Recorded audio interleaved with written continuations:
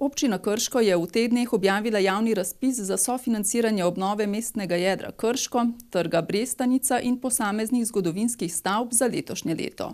Rok za oddajo vlog je ponedeljek, 14. oktober. V skupni višini 30 tisoč evrov bo občina sofinancirala projektne dokumentacije za funkcionalno obnovo stavb v mestnem jedru Krško, trgu Brestanica ter za posamezne zgodovinske stavbe, katerih oblikovanje nosi značilnosti, zaradi katerih je bilo območje kot celota prepoznano za naselbinsko kulturno dediščino v okviru dela naselij, varovanih kot naselbinska dediščina, ter izvedbo obnov zunanjih delov stavb s ciljem funkcionalne izrabe in izgleda.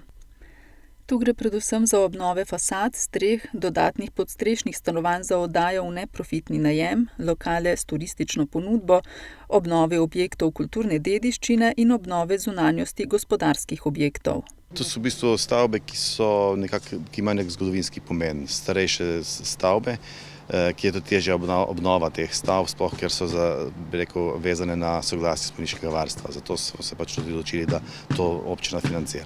Javijo se lahko fizične osebe,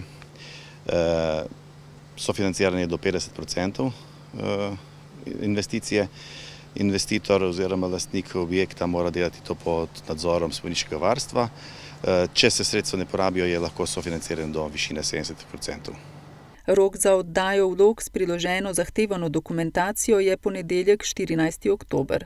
Razpisna dokumentacija je dosegljiva na spletni strani občine Krško, v času uradnih ur pa tudi na njenem oddelku za gospodarske dejavnosti.